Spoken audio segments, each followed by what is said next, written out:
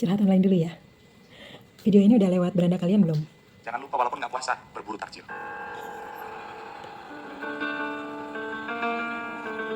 Perburuan kita sudah dimulai. Tahun lalu sudah kita menangkan. Tahun ini harus kita menangkan. Oke, saya rasa teman-teman bisa lihat versi lengkapnya di medsos, banyak banget berseliweran gitu ya sejak tahun lalu ketika Pendeta Marcel mencanangkan war takjil, itu disambut dengan antusias oleh netizen Indonesia. Seperti sama-sama kita ketahui, netizen Indonesia itu kan kalau sudah dapat materi yang di luar BMKG itu disambut dengan sangat antusias dan menghasilkan kreasi-kreasi yang luar biasa di luar nalar. Jadi fenomena war takjil ini menjadi semakin mewarnai suasana Ramadan di tanah air gitu ya. Kemudian gara-gara video-video ini men-trigger ingatan saya tentang pengalaman-pengalaman Ramadan di luar negeri. Antara lain yang saya ingat ya, di Maldives, kemudian di Hong Kong, di mana lagi, China atau Jepang. Saya rasa di Jepang ya, karena saya lebih sering ke Jepang daripada ke China. Kemudian di Eropa, negaranya kalau nggak salah Belanda. Setelah itu di mana lagi? Di Turki. Ya, di Turki. Nah, saya ceritain yang di Maldives dulu ya. Maldives itu, oh ya, sama di Mekah Madinah di Saudi Arabia. Nah, di Maldives itu suasananya mirip dengan di Mekah dan Madinah dalam keseharian. Maksudnya ketika ada azan, waktu sholat berkumandang, warung dan toko-toko itu tutup. Mereka berlomba-lomba datang ke masjid untuk beribadah, sholat. Kemudian setelah itu mereka baru membuka kembali warung-warung dan toko-toko mereka. Gitu. Nah, apa kabar ketika Ramadan? Jadi ketika Ramadan otomatis warung-warung juga tutup. Kecuali ketika selesai sholat maghrib.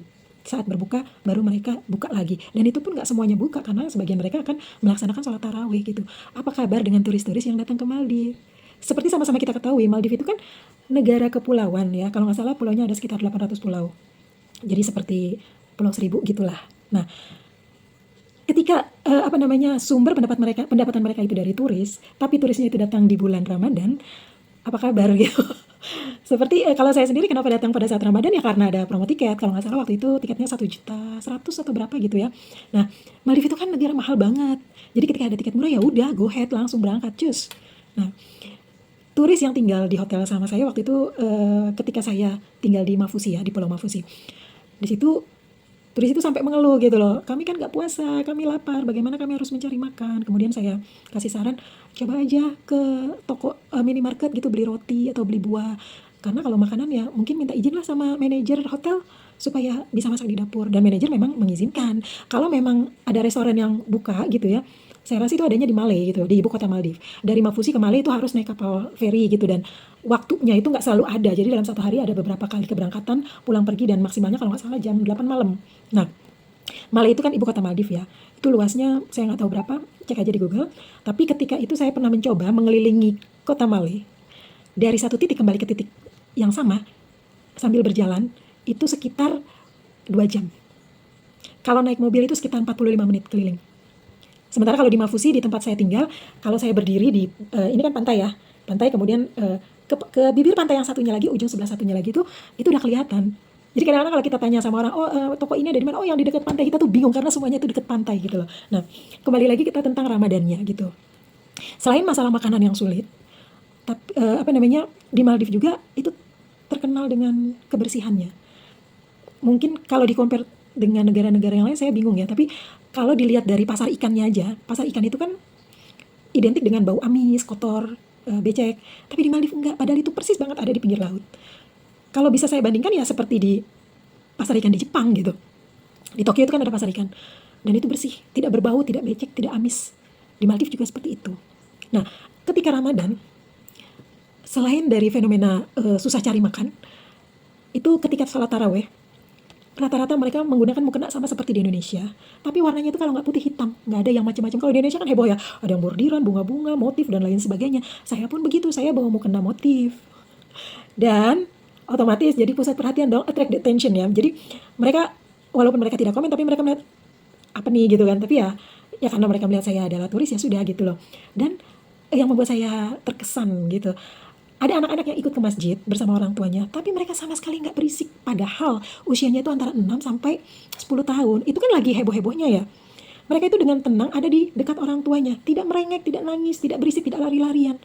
Kalau yang lebih tua seperti umur 10-an tahun mereka ikut sholat gitu. Tapi kalau yang kecil 5 tahun 6 tahun ya mereka anteng aja di dekat orang tuanya. Ketika saya tanya nih sama tetangga apa namanya, tetangga jamaah sholat itu, saya tanya, kok anak-anak di sini tenang ya? Mereka bilang ya karena kami memberitahu kepada mereka bahwa ini rumah Allah, tidak boleh membuat kekacauan di rumah Allah, harus tenang, harus hormat, harus takzim. Dan anak-anak itu menyerap informasi itu dengan baik. Itu luar biasa buat saya gitu. Oke, saya rasa untuk Ramadannya kira-kira itu aja ya, singkat aja. Nah, pengalaman lainnya di Hong Kong. Kalau Hong Kong itu kan muslimnya minoritas kecuali TKI, jadi suasana Ramadan ya nggak gitu terasa. Tapi ketika Idul Fitri itu baru sesuatu yang buat saya mind blowing. Karena apa? Saya sholat di masjid di dekat Tsim Sha Tsui, itu jaraknya sekitar 200 meter dari tempat saya menginap ya. Nah, dan saya diinformasikan bahwa masjid itu dibangun oleh dana yang dikumpulkan oleh TKI Indonesia yang bekerja di Hong Kong. Masjid itu kalau nggak salah 3 lantai. Dan itu dibangun oleh TKI Indonesia. Mendengar cerita itu saya nangis gitu. Itu luar biasa banget. Mungkin amal kita tidak sehebat mereka. Mereka itu luar biasa sekali. Jadi, dan ketika saya datang ke sana, itu semuanya udah full. Petugas itu mengatakan bahwa nanti bisa ikut yang kloter kedua. What? Ada kloter kedua? Karena sudah penuh. Akhirnya saya diarahkan naik ke atas. Ketika kloter pertama sudah selesai, kloter keduanya saya dapat di lantai 2 kalau nggak salah. Itu pun penuh, masih penuh, padahal udah kloter kedua. Dan petugas yang mengedarkan sumbangan, untuk kalau kita mah kotak amal gitu ya, itu pakainya karung. Itu penuh uang sedekah, uang sumbangan untuk masjid. Saya sampai, Masya Allah, ini luar biasa sekali gitu ya. Jadi kadang-kadang kita mungkin merasa sudah hebat gitu dalam sedekah, dalam ibadah, tapi melihat TKI Indonesia yang bekerja jauh dari negaranya, jauh dari keluarganya, lalu mengumpulkan uang bergotong royong membangun masjid di negara orang. Dan di Hong Kong itu tanah itu mahal banget. Tanah secuil itu harganya luar biasa mahal. Makanya kita menginap di hotel di Hong Kong juga sangat mahal. Itu luar biasa banget. Gitu. Kalau pengalaman saya di Jepang ya sama di Eropa so-so lah ya, karena kan mayoritas mereka tidak berpuasa, jadi ya kita hanya tidak makan saja dan mereka tidak tahu kalau kita berpuasa. Cuma kalau untuk sholat ya memang agak sulit untuk menemukan masjid, ya kita sholat di hotel. Kira-kira seperti itu.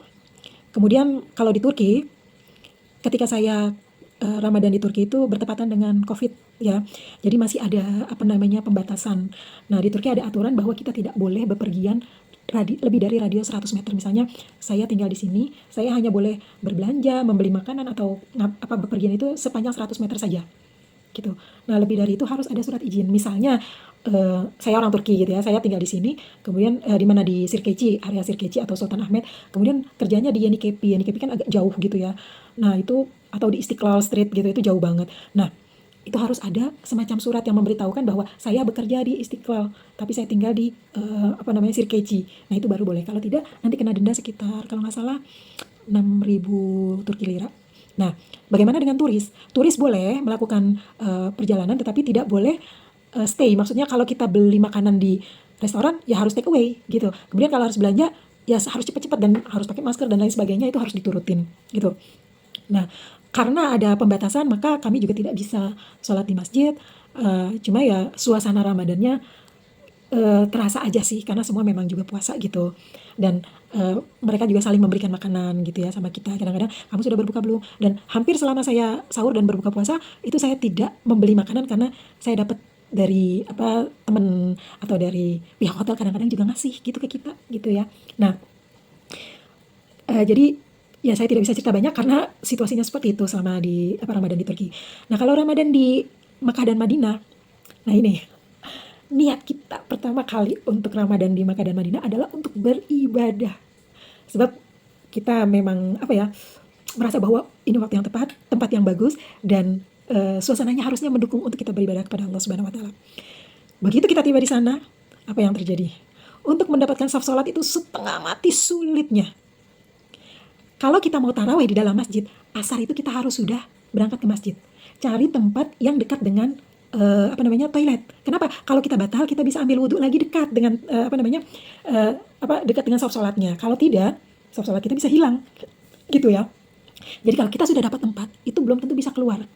Kalau kita mau keluar pun susah, karena itu sudah kayak dibatas-batasin dan lain sebagainya, dan soft sholat itu penuh banget.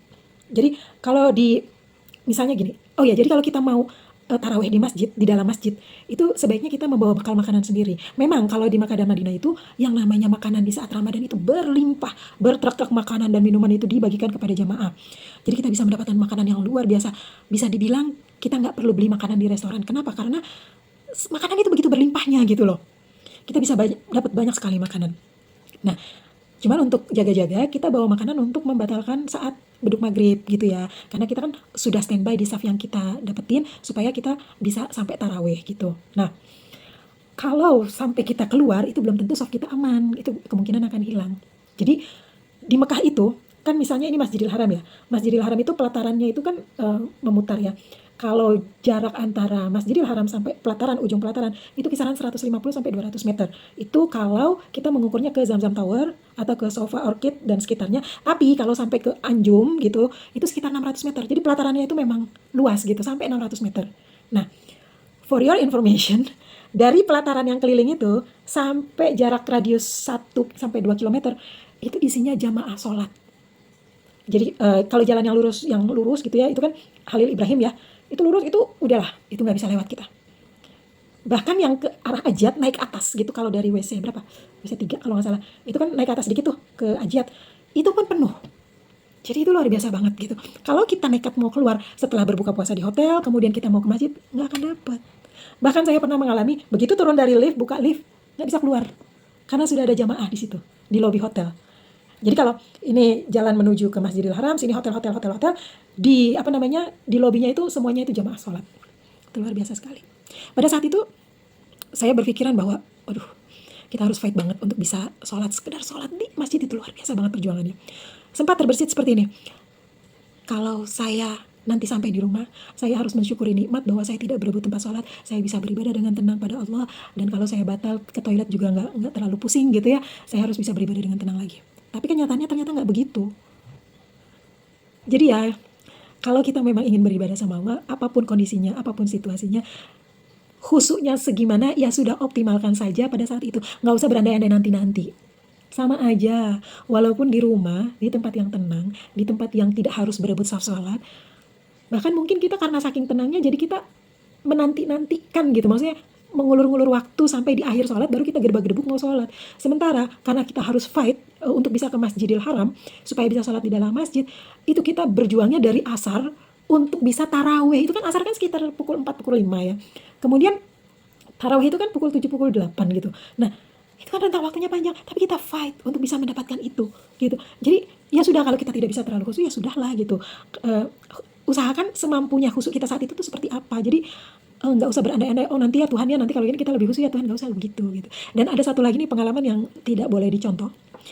Kan kalau kita sholat itu saking banyaknya orang, misalnya ada saf di depan, kita dapetin saf sholat, di depannya itu kan ada ruang kosong karena kita harus ruku dan sujud ya kan. Tapi itu bisa-bisanya ketika kita lagi takbir atau ikram, ada mengikuti imam mulai takbir, kita ikut takbir, itu bisa-bisanya ada orang yang jelek berdiri di depan kita, mengambil saf di depan kita. Di situ saya dalam hati ngerentak gini, ya Allah, itu kan buat saya sujud, itu kan buat saya sholat. Kemudian tangan saya tuh menggeser begini sedikit, karena dalam sholat kita boleh ya ada berapa kali ada gerakan gitu ya, selama tidak berlebihan gitu kan. Saya geser begini, dan orangnya itu menepis gitu. Jadi kita kayak berantem saat sholat.